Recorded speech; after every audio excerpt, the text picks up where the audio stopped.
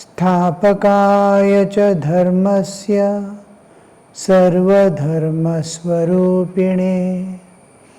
अवतारवरिष्ठाय रामकृष्णाय ते नमः।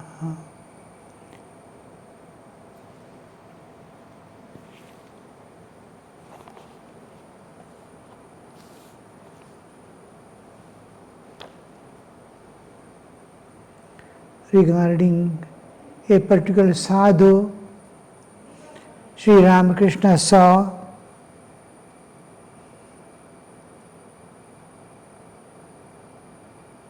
in Banaras, Kashi. Regarding him, Sri Ramakrishna is telling, one day he was reading the Gita. He was so strict about his monastic rules that he would not read a holy book looking at a worldly man. So he turned his face towards me and his back on Mathur, who also was present. It was this holy man who told me of Narada's path of devotion as suited to the people of Kali Yuga. See, wherever we go, wherever we are, whenever we meet any person, even many times from ordinary people, from bad people, we get knowledge. Suddenly something comes out of their mouth. Actually, the nature and God wants to give us some information, some understanding. So that spontaneously somewhere something comes, and the moment you are in search of it and you get it, you feel so glad, and that will be enshrined in your heart. The second thing is, many times we will not be able to distinguish because we don't have longing for God yet. So wherever you see something good and great, just note it. Just keep it with you. Sometime, oh, God wanted me to know this, and then He had given me its seed long back when I met such and such person. Now it is, and now time has come for it to grow. Slowly inside it was germinating, a thing heard. So be always open and exposed to divine, so that Ano Bhadra, let the good and great information that we need for our spiritual evolution and for freedom and cessation of all suffering forever, that we may be able to get. Sri Ramakrishna says, oh, it was this holy man who told me of Narada's path of devotion as suited to the people of Kali Yuga. And Sri Ramakrishna has caught there. Somebody was throwing a ball and it was caught. Now Sri Ramakrishna has made similar balls and throwing at others. This is one of the things Sri Ramakrishna very often says, Kali Yuge Naradir Bhakti. In Kali Yuga, it is Narada's Bhakti. Are not the sadhus of this class followers of Vedanta? Because school of duality, Dvaita, devotional aspect of God. With the moment we say devotional, Saguna Sakara. The qualities, Guna and Rupa come into picture, Saguna Sakara. Are not sadhus of this class followers of Vedanta? Vedanta here they mean the Advaita Vedanta. Because of Shankaracharya establishing first time this aspect. So it has become common that Vedanta means Advaita, but there are other schools. The Bhakti schools of Vedanta are there. Ramanujacharya and all these, Vallabhacharya, all these people, they hold on to the Vedanta, but bring devotional Vedanta, the end portion of the Vedas. It is almost all, whatever classes we see, whether Dvaita, Vishtadvaita, Advaita, or Shakta, Shaiva, Vaishnava, all these people adopt Vedanta as the final, but adopt it accordingly, just like computer. Computer came as a means of transporting or spreading the message or something like that, or condensing, storing, calculators and all other things, more recordings and all.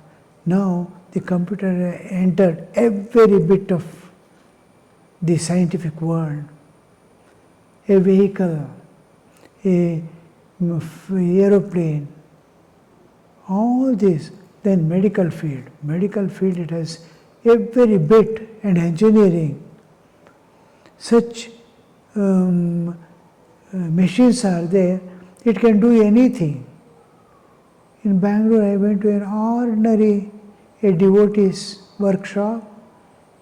He can, just computer, he has to feed what he wants. And it tells what material it needs and it will prepare and give. I want to do a ball of metal. He says a particular size of sheet is needed. The rest it will do. Now, how many types of tools he uses, how many operations will be there to complete that ball. And I want a chair, one sheet chair for the whole. Just give the picture of this chair and 120 operations. The chair will come out. Just you have to feed the material, what he wants. Mainly one sheet, particular size of sheet. And you see the chair has come out. It is unimaginable. And we feed only a three-dimensional picture through a computer, what I need. And it is ready. Similarly, so many things. You see the missiles, this, that, working, and then anti-missiles working, how the computer manages. Now of the late, artificial intelligence has entered, which can do and undo many things.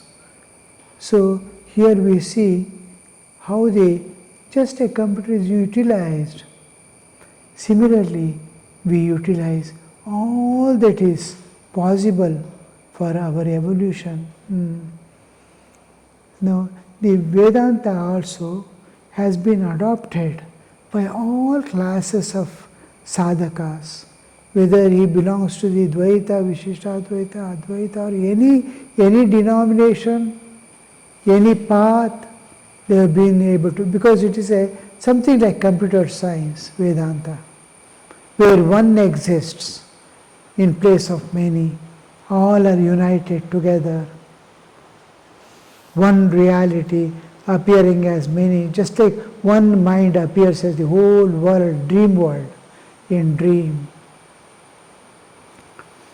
So the two important verdicts of Vedanta, you are divine, this world is divine. Sarvam Khalvidam Brahma, Aham Brahmasmi. This is the ultimate true truth. Subjective, ultimate, yourself being Chaitanya, the pure divinity, and objective. Only two things are there, subject and object. I am there, this world is there. The subject is also divine, the object also is divine. Divine is looking at divine as myself and the world. So this This is the ultimate truth. One exists and many it appears as multifarious universe, including my body-mind complex. So it can be adopted by any. I am trying to transcend that. Reality, God is the ultimate. Two manifestations, universe and myself. I am in the universe, I have only one object, this object, the world. I can't see the transcendental, and I am there within this universe, subject and object. And beyond that is where both of these dissolve, the absolute existence. That one has become the whole universe and all beings in it. So that truth is adopted by all. The beyond is the ultimate. I call him Shiva. Another calls him Vishnu, the beyond. Beyond is the universe.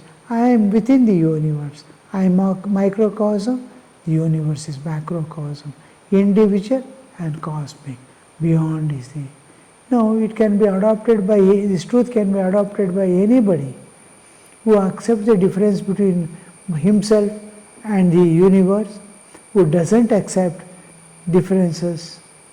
Any path, anything. The ultimate goal is to transcend this universe, the nature, and go beyond, enter into the life eternal. So this can be adopted, like computer can be adopted by anything, anywhere. This is also, Vedanta has also been adopted. But here he is asking, are not these sadhus, are the class of, are this class, are followers of Vedanta? Here Vedanta is commonly accepted as Advaita Vedanta. Because Shankaracharya established this in the first stage. This is the, now like radio. Same radio principles are utilized now. Everywhere, all electromagnetic waves that we see as whether cell phone or military signals or wireless is all dependent on that one radio principle.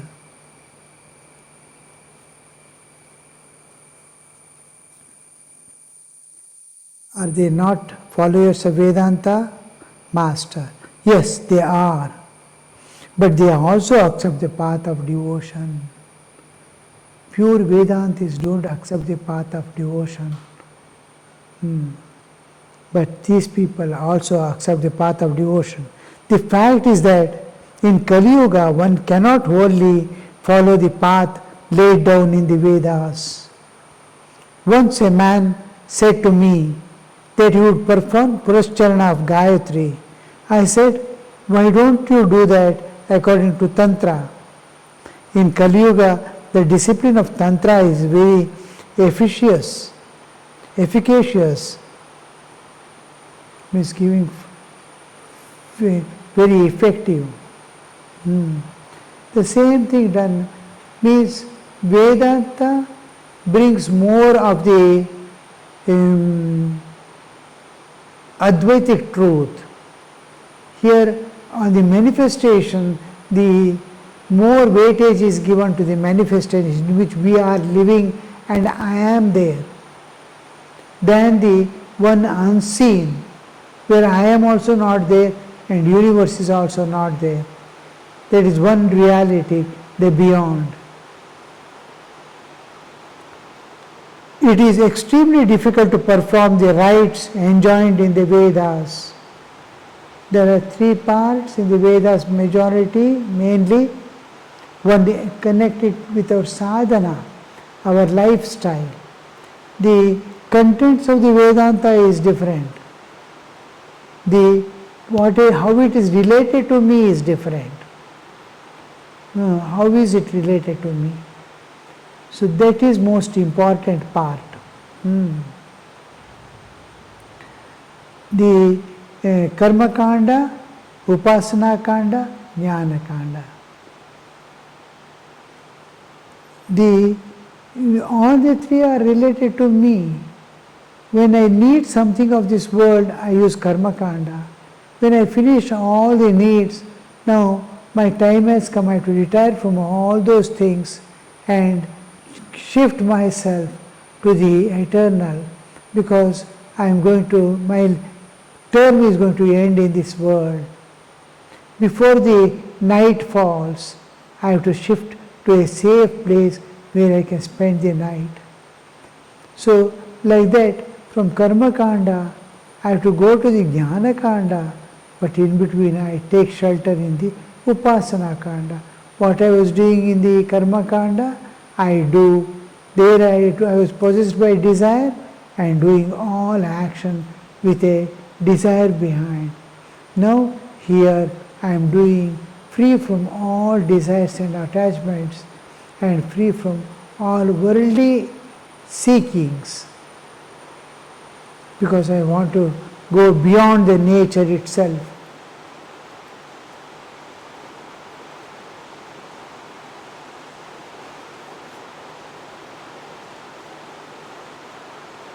It is extremely difficult to perform rites enjoined in the Vedas.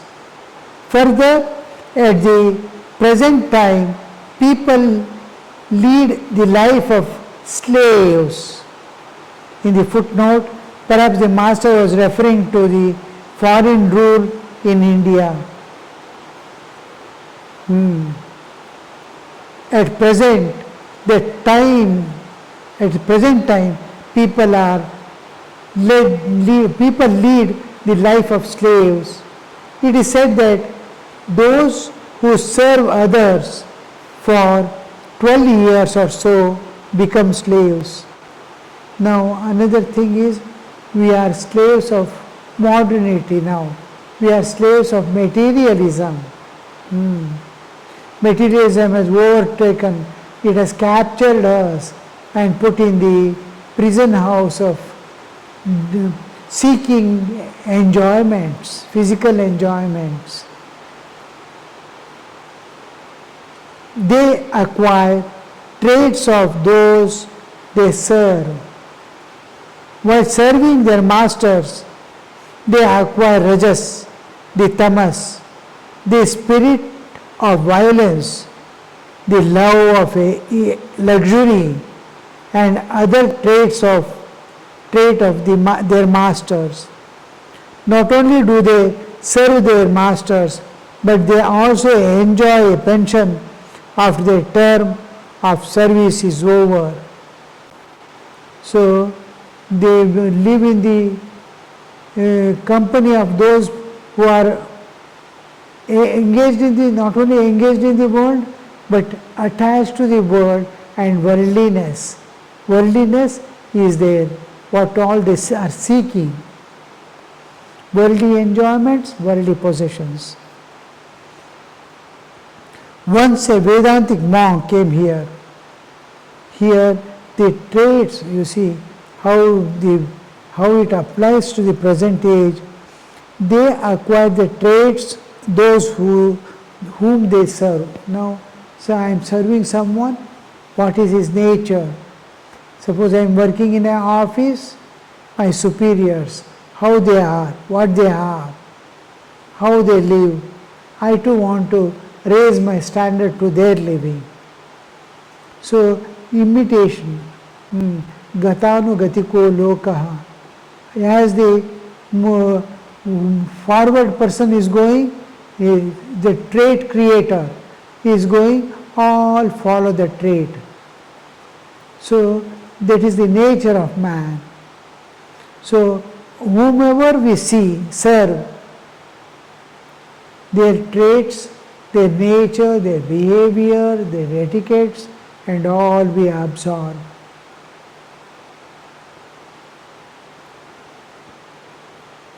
So when we serve, unknowingly we start behaving like them.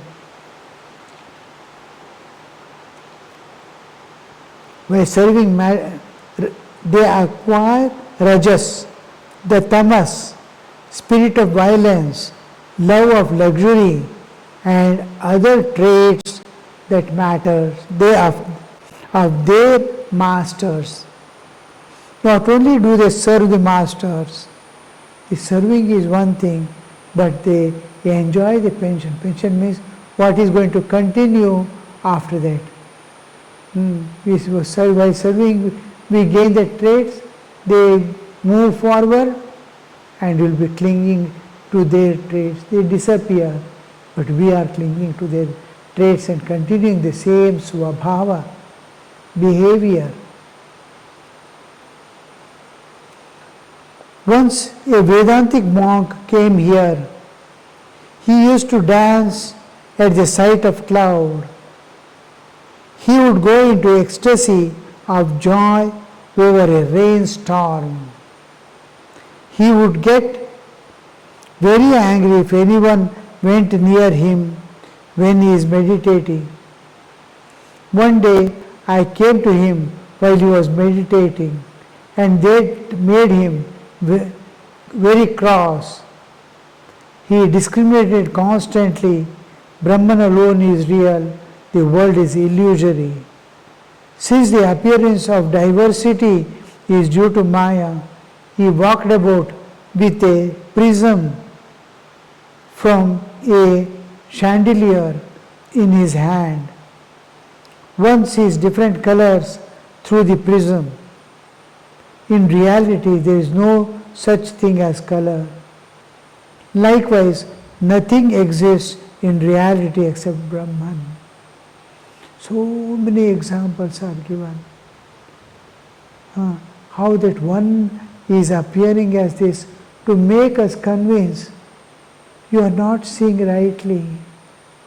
What you are seeing as mine, yours, this, that, you are seeing duality, you are seeing multiplicity, all this is false. There is one reality which is appearing to you as many. In that many, your bodily existence, psychic existence, all these are included.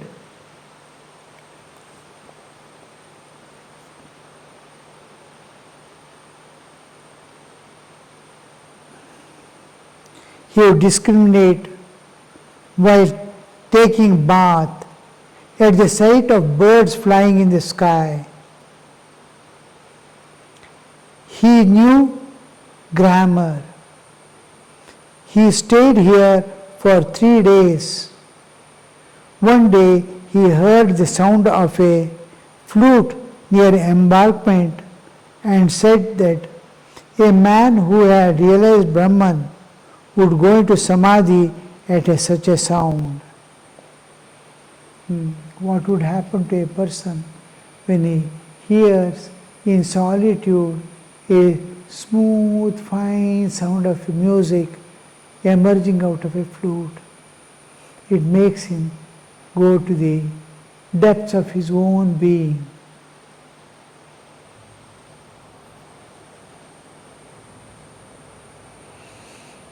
While talking about the monk, the master showed his devotees the manners and movements of a Paramahamsa, the gait of a child, face beaming with laughter, eyes swimming in joy, the body completely naked.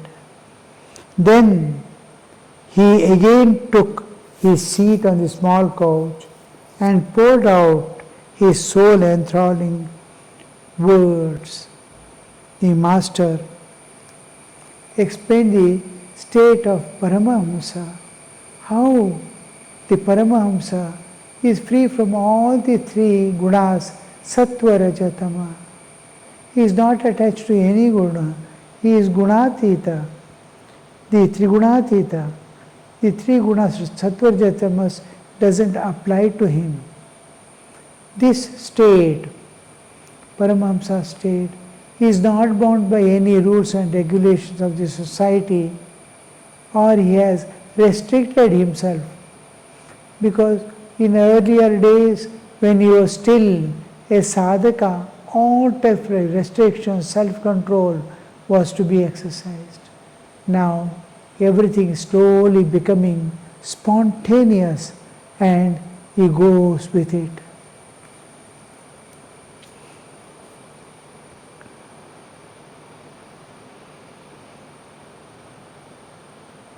master to M. I learned Vedanta from Nangta. Brahman alone is real and world is illusory. I learned Vedanta from Nangta. He is his Advaitic teacher, Totapuri Maharaj, who left his home very early in his boyhood days, goes to a monastery under a teacher. He spends years. He takes about 40 years of sadhana to reach the ultimate goal of life. And after that, he is free now. So, he is ordained by Divine Mother. He has come to give the knowledge of Vedanta to Sri Ramakrishna. Sri Ramakrishna is like a child, Paramahamsa Avastha. So he is going to, he was giving the science of a Paramahamsa and the Vedanta that he learned from the Totapuri Maharaj. The Brahman alone is real, the world is illusory. The world by itself is not illusory. The world each one of us are seeing, that world is illusory. My mind has conceived and is superimposing. The magician performs his magic. He produces mango tree which even bears mangoes. But this is all sleight of hand. The magician alone is real. He is making so many things magician, but all are just play of hands. And actual reality is magician alone there. It seems that the whole life is a long sleep. This much I understand, that we are not seeing things rightly. We perceive the world with a mind by which we cannot comprehend even the nature of sky. So how can our perceptions be correct? What a way of thinking you see, analysis. It seems the whole life is a long sleep because we don't never understand what is truth or reality. This much I understand, M is telling to Master, this much I understand that we are not seeing the things rightly. We perceive the world with a mind which we cannot comprehend even the nature of sky, which we cannot comprehend even the nature of the sky. So, how can our perceptions be correct? Om Shanti Shanti Shanti Hari Om Tat Sat Shri Ramakrishna Arpanamastu.